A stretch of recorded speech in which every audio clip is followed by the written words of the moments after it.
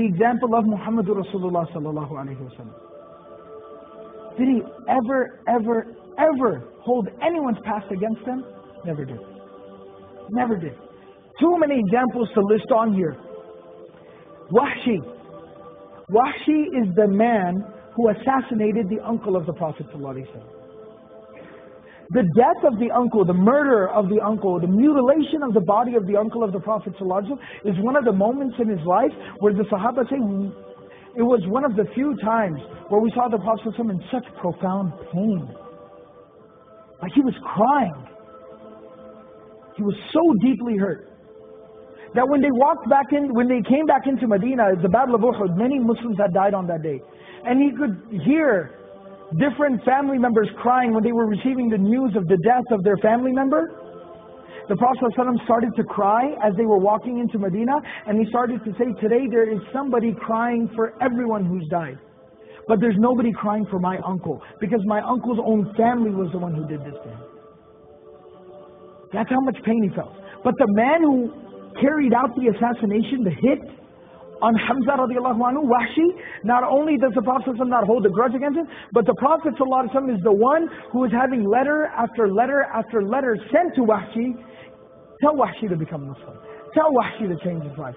Tell Wahshi that he should accept Islam. Tell Wahshi that Allah will forgive him.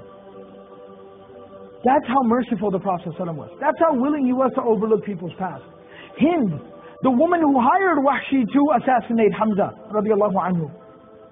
And after he goes to her and he tells her the job is done, she goes down into the battlefield, she walks up to the dead body of Hamza lying there, she pulls out a dagger, she cuts his ears, his nose and his tongue out, strings them up and keeps them as a souvenir. This is a woman. She then takes the dagger, puts it in his body, rips his body open, pulls out his internal organs and mutilates his body. This is a woman. She takes his clothes and rips his clothes off and completely exposes his body. A woman who did this. That's how much he hated the Prophet ﷺ. And that's how horrible, what a horrible act she had done to the Prophet ﷺ and his uncle. But on the day of Fatih Makkah, the Prophet ﷺ doesn't do anything to her. And when she comes to the Prophet ﷺ to accept Islam, ahlan wa sahlan, marhaban bikum. He welcomes her, gives her the shahada, allows her to become Hind radiallahu anha. A companion, a female companion of the Prophet ﷺ.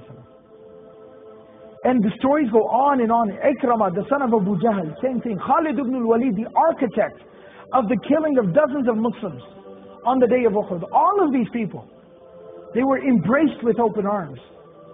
And they were made to be close to the Prophet ﷺ, and he accepted them as they were. And that's not only, those are people that did something against him, even people who were just bad people in society. The Prophet ﷺ embraced them with open arms.